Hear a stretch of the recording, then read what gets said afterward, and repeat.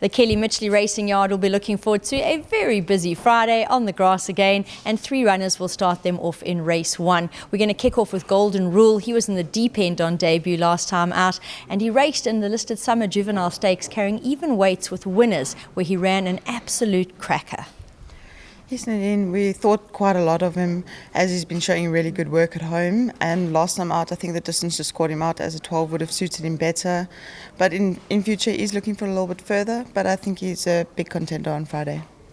He'll be joined by Mr. Speaker, who debuted last time out, and Velvet Valor, who'll be having his very first start, and he's a colt by fire away. Mr. Speaker ran a very good debut run for us, expecting a bit more improvement from him. Velvet Valor, he is a horse that's looking for a 14 mile, so we'll learn more about him on Friday.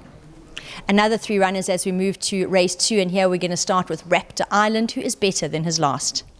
Raptor Island, he's been working exceptionally well at home, but he always does, so he just needs to bring that very good work to course, and he always seems to find one better on the day. He just needs to be the one better. Joining him are 2 newcomers, Aquilla Gold, who relocates from the Western Cape. Lots of room for improvement, having had only 2 starts there. And see you in a bit. I think the important question to ask here is, did Richard phone for the ride? He did phone for the ride. It might just be a bit on the sharp side for her, as I think she'd be better suited to a 1200. And Aquilla Gold, he's been putting up good work at home, have added the blinkers on him, so we'll see what he can do for us on Friday. In race 3, Magnum Fire is back off a lengthy break of about 8.5 months, and Makachev is down in class. Makachev, I think this is the right race for him. He's suited to this race. Last time he was against a bit stronger, so expecting improvements from him. Magnum Fire brought him back. This is just a stepping stone for him to races coming up, as he is working quite nice at home. And Hawk Circle will race alongside. Now, he won a gutsy race last time out. He beat stable companion Single File, who has franked the form. Hawk Circle, he never does too much at home. He always leaves it for the races, so expecting another good run from him. Kitty Mo will be having her post-maiden run in race 4.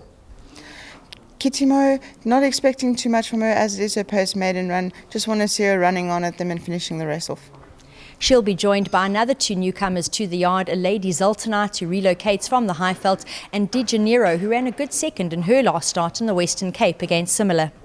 De Janeiro might be a touch on the far side for her, but she is really working well at home. Lady Zonite, first run for the yard. Not really expecting too much from her, as she has come from the Highveld, so just expecting some improvement from her. Mount Anderson improved last time out to be beaten under 2 lengths. He'll be joined by Brendan James, who's in shot behind us. They both run in race 5. Brendan James ran an absolute cracker last time out. When taking on Similar, he was beaten only a quarter of a length into second.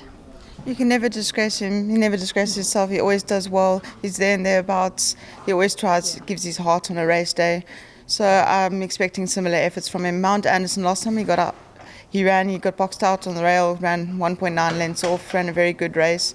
He's in very good shape, and he's working well at home. So expecting similar efforts from him.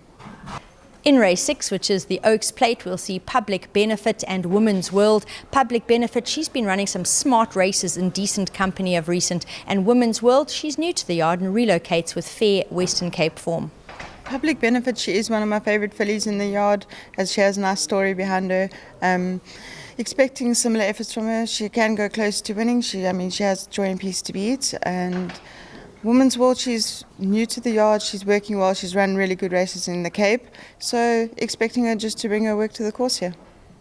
Magical River and Yellow Jacket, well, they'll run in the listed feature on the day, which is the East Cape Fillies Nursery. They are maidens taking on winners, so it is a tough task, but on their best form, they're not without chance at a check.